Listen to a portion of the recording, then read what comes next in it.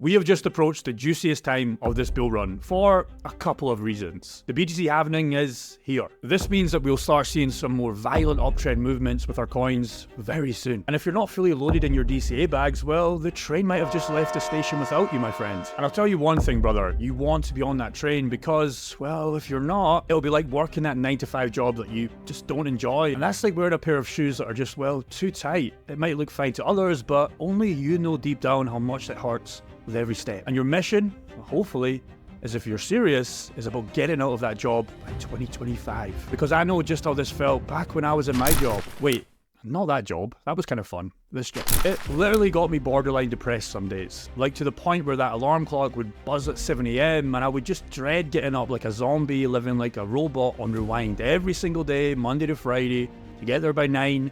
And work somewhere where I wasn't treated fairly, and I felt like I was in this scarcity mindset. I remember one time I knew this 9-to-5 job lifestyle wasn't for me. I was in work and I had this heavy pain in my chest feeling for the first part of the day. I remember phoning my boss saying, hey, I need to go home because I wasn't feeling too well, and he just told me to continue to work. Now, long story short, I had this mini heart attack a few hours later and I was rushed to hospital. I knew at that point I had to find another way to get out of this 9-to-5 job as fast as possible. Well, I did. A few months later, after getting some success on my e-com stores, I replaced my Corsa for a Mustang GTR. Now I remember my boss's face as I pulled up to work with that car and I parked it right outside the gym. 6 months later after that, well, I quit. And that gym, well, it's eventually closed and God knows where he's at now. Now I'll tell you that story because I didn't get out of that job with crypto, but you right now, brother, you have this huge opportunity to do the same just by being early in crypto. There is still time, but again, time is running very scarce, so get on that train before it's too late. This cycle is probably going to be one of the biggest cycles ever, mainly because kind of the last thing without regulation. For those who don't know, what exactly does a halving mean?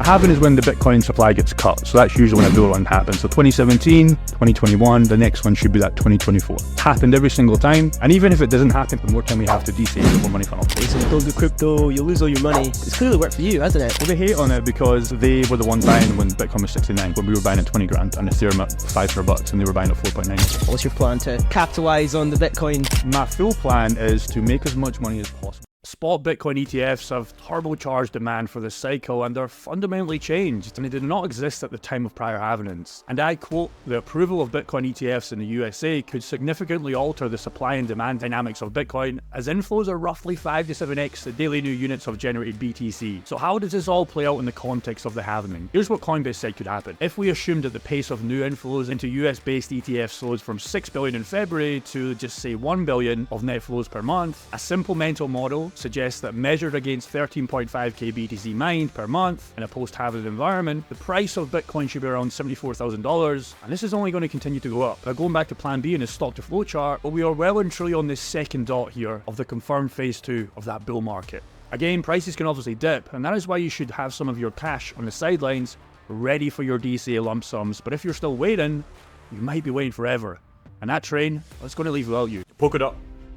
With 1,000 power chains and 1 million TPS, I expect the daily users to explode. Total daily users across the network from the biggest power chains plus Relay Chain is 88,000 daily users. Now that's not bad for an ecosystem that is set to exponentially grow in the next 12 to 18 months. Dot is also layer 0 and secures a whole ecosystem of power chains such as Aster and Moonbeam, which have been growing throughout the bear market. To summarize the founder Gavin Wood's recent report on what is coming, elastic scaling in Polkadot as highlighted in the future-proof scaling update at the Sub-Zero Developer Conference, refers to a set of technologies and processes aimed at significantly enhancing scalability and efficiency of the Polkadot network.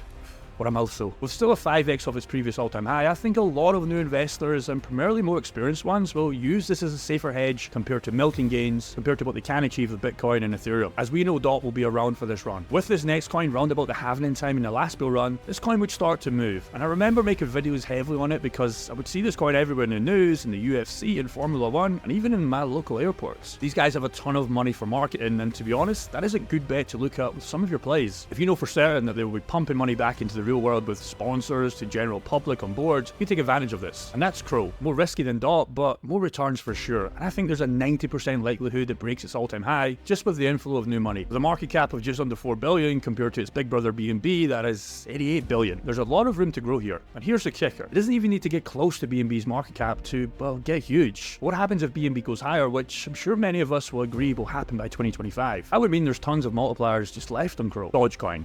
Yes, I'm serious. Look, here's the thing. Doge is, well, it's kind of the king of memes, the OG, and I don't think it ever really dies. It's like that old dog that just sticks by your side, and honestly, it's just kind of wholesome at this point. Remember 2021's run? I'm looking at last year, it's still over 100%, which is massive for such a big market cap. But Dogecoin has one main problem. It simply is not going to give you the best returns with a market cap of 27 billion. But what can it do? Well, it gives you stability. Believe it or not, I think it's going to have another run in meme season of 2025, and I don't think anybody else can argue with that. And I wouldn't be surprised if it does eventually get to that magical $1 mark. No highs, no lows, only Doge. Now the thing is, having these three coins in your arsenal is great, but there's still one main problem. You probably want more of a coin selection and some juicier gains for this run, but don't worry, I got you, brother. That's why you want to watch this video here, and I'm going to break down 15 more of these bad boys so we can print